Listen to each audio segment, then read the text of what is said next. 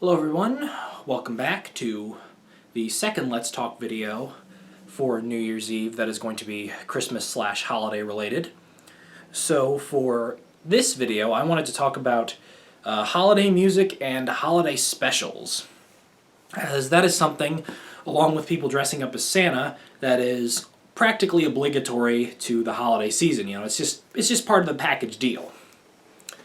So holiday specials, they've been around for years, and a lot of families have made traditions out of watching them every Christmas. You know, you have the old classics like The Grinch, A Charlie Brown Christmas, A Christmas Story, which, that one's kind of old, but not as old as, you know, Charlie Brown and The Grinch. And then you have the newer ones that people deem classics like Elf. And then you have Christmas specials that not as many people know about, but they're still ones that are out there. Well, I can't exactly think of any off the top of my head. I'm sure there are some out there, you know, where, you know, there's a Christmas special that exists that not many people know about, but those who do know about it still enjoy it. And then there's the ones that exist that are just plain bad, such as the appointed worst Christmas special of all time, The Christmas Tree. The one about those kids who live in the orphanage, and you know, and then the new kids come with the mom, and then they have the tree named Mrs. Hopewell, and yada yada.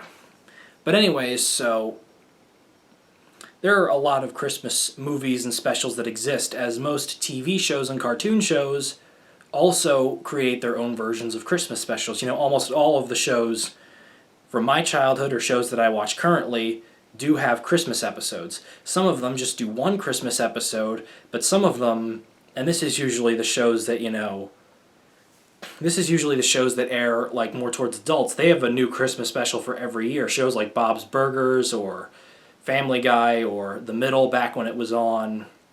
Those shows, usually, which their seasons usually run in sync with a school year, and then they're off during the summer. Those are usually the ones that have a new Christmas special every holiday. And then as for most of the other shows, they might have one or two Christmas specials, but then not anymore, you know. Yeah, so there are a lot of Christmas specials out there, and, you know, there also, of course, have been attempted remakes of classic Christmas specials, such as The Grinch, which now has two remakes, not one, but two. The first one, which was, I think, 1999, 2000, or 2001, somewhere around there. Yeah, I mean, I know that that movie has gained a bit of a cult following in recent time, but not gonna lie, I really don't like that movie. The fact Dr. Seuss in live action is just something that should have never, ever, ever happened. And while it's still better than The Cat in the Hat, nevertheless, I did not enjoy the movie, and I'll say it again, Dr. Seuss in live action is something that should have never, ever, ever happened. Because while I don't really like the Lorax or Horton Hears a Who either, those movies are definitely better because they're animated. They're still not excellent, but they're definitely better because they're animated. And then as for the second Grinch remake, which is only 2 or 3 years old at this point, that one I actually don't think is half bad. It's not great, it's not excellent, it still doesn't even hold a candle to the original, but it is better. It is a step in the right direction compared to the first Grinch movie and just a lot of the other Dr. Seuss ones. Because really, the main issue I see with that one is that it's just kind of generic and bland. While the first one, the main issues I saw with that one were just the fact that it was, you know, just like overly bad. So there's that. And then there's also A Christmas Story. A Christmas Story, that one is just kind of crazy, considering that it kind of went from one of those Christmas movies where, you know, not many people knew about it, but those who did know about it really liked it, and then out of nowhere it just blew up and became an instant classic. And that one has had a sequel and a quote-unquote remake, because they just recently started doing A Christmas Story Live, which I haven't seen that, and I've heard it's alright, so maybe someday I will, you know, see if I can catch a broadcast of that, or if they're ever doing another showing of it.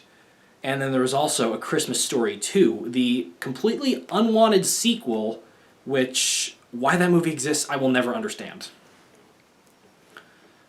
Yeah, so that was that was a thing that existed. And then, yeah, so there's a lot of Christmas specials out there, and, there are some that are universally bad, such as The Christmas Tree or, say, Christmas Story 2. Well, maybe there's some people out there who like Christmas Story 2. I don't know. I don't want to judge. Because I know there is a fair amount of people out there who do like the 2000 or 2001, whatever, the live-action Grinch remake. I do know there are people who like that one. And likewise, I do kind of like the Grinch remake from 2017 or whatever year it was. I don't love it, but I could watch it again, I could watch it again if I really wanted to. And then there's a lot of other Christmas specials. I could try and name off as many as I could, but there are just too many to go through, because you also have another big classic would be Rudolph the Red-Nosed Reindeer, the stop-motion animated one. Where were you at elf practice? And, Burl Ives being the snowman narrator.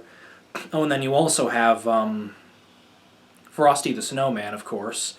Frosty the Snowman, that's another holiday classic, narrated by by Jimmy Durante. And it's interesting because every time I watch Frosty the Snowman,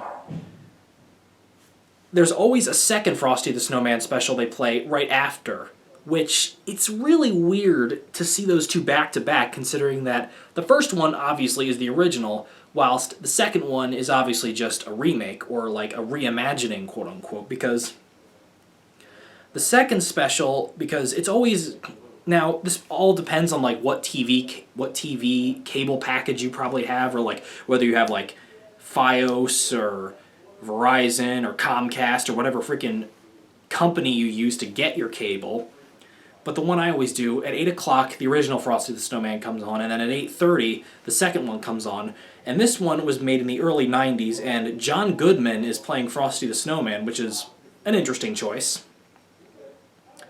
And something else is, because it was made in the early 90s, which of course was the same time that Rugrats was one of the most popular cartoons, this Frosty the Snowman special has Rugrats music in it. Or not Rugrats music directly, but you can tell it's the exact same style, the same composers, the same people who made the music in Rugrats made the music for this special. It has like the ba ba ba, that, like, those distinguished beats and tunes that come from a Rugrats episode are in this Frosty the Snowman special. And it's just, it's a little weird. And, of course, compared to the original, it's just, not bad, but not great either, so. Yeah, so why exactly they air that back-to-back to the most classic Frosty special, I don't know. Whatever, more airtime for Frosty the Snowman, I guess. So, yes, there have been a lot of remakes of, or like reimaginings, or whatever you want to call them, of classic Christmas specials. But then you have, other Christmas movies that just kind of stand out for good reason. You have National Lampoon's Christmas Story, which, that one just stands out because of how balls-to-the-walls funny it is. Clark trying to put a bajillion lights onto his house, and him having his harebrained redneck cousin come to visit out of nowhere, and just, all the wacky hijinks they go through.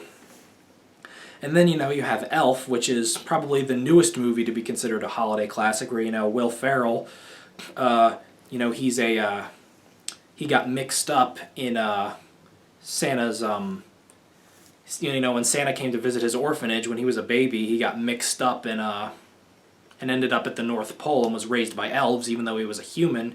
And then, he eventually ventures to New York City trying to find his biological dad. So there's a lot of movies, and again, a lot of like little half-hour specials as well. So,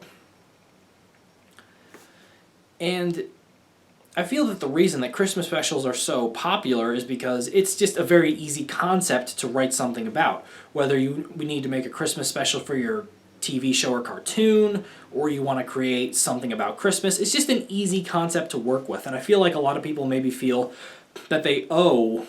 Christmas is such a great time of year that they feel that they feel like they should give back a little bit. So they want to create something that can be enjoyed by others in the sense of, creating a Christmas special. They feel that they kind of owe it back for what Christmas has given them, so they try and give back in the form of entertainment.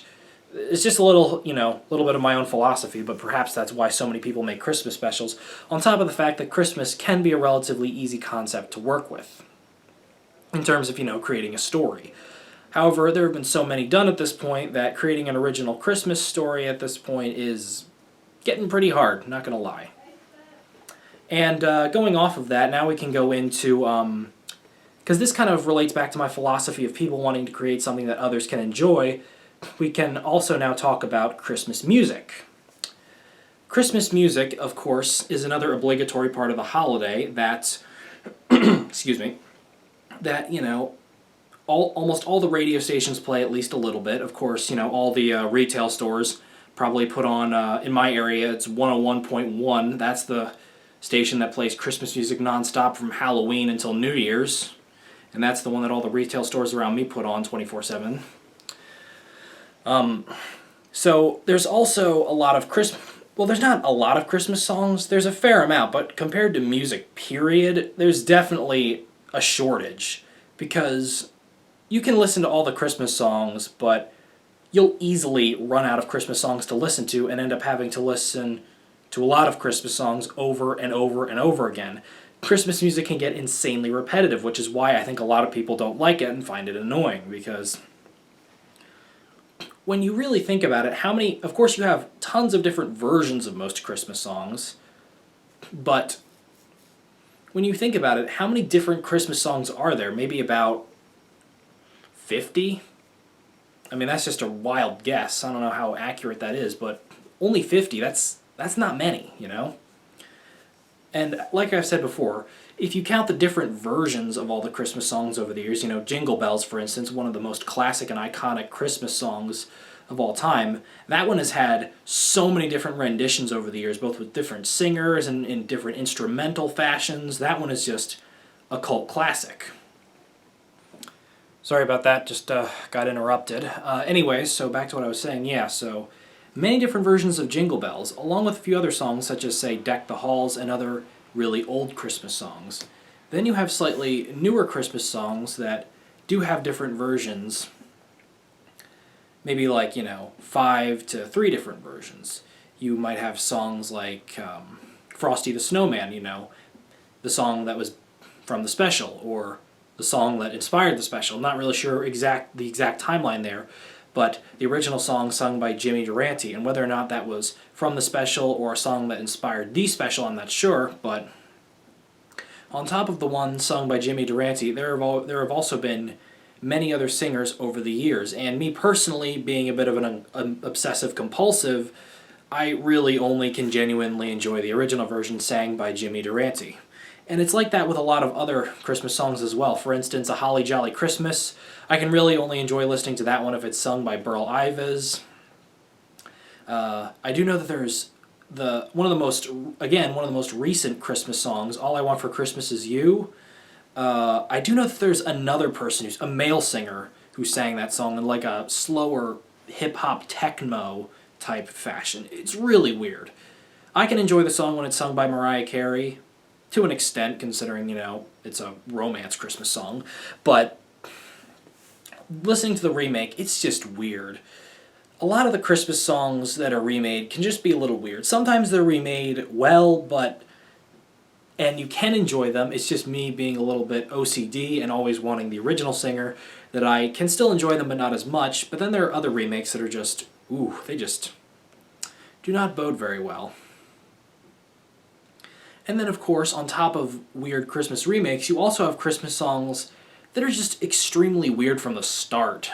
One example is Grandma Got Run Over by a Reindeer. Every time I hear this Christmas song, I just picture a bunch of hillbilly rednecks in like a trailer or a ranch somewhere, just in a conga line, like singing this song while they're all like drinking beer and smoking cigarettes. And then there's also, this is another one that I just find really weird. The song I Saw Mommy Kissing Santa Claus Last Night, That one, it's not a bad song. Again, it's just a very weird concept for a Christmas song, I think at least. Because, of course, I think the joke of the song is that the dad was dressed up as Santa Claus, But one could also take it in the direction that the mom was cheating with just some random guy dressed up as Santa Claus. There's also that possibility. Then there's also the song I Want a Hippopotamus for Christmas. That one is very weird. I mean, of course that song does play off of the joke that sometimes little kids do want extremely outlandish and impossible to get things for Christmas, but nevertheless, it is a little bit of a weird song. And like I said earlier, yes, Christmas songs with how constantly they are played, because there's not very many of them compared to, all other kinds of music, they can get a little annoying. And if you ask me, the epitome of annoying Christmas music would have to be the parodies of them made by commercial advertisers. Like the Pennsylvania Lottery has a parody of the 12 Days of Christmas that just drives me up a wall. Ollie's Bargain Outlet has a Holly Jolly Christmas parody that again drives me up a wall. And there are plenty of other examples out there that I can't think of at the moment, but those Christmas song parodies made by commercial companies trying to advertise their products at Christmas time, I don't know what it is, but those have just always been the epitome of annoying when it comes to Christmas for me.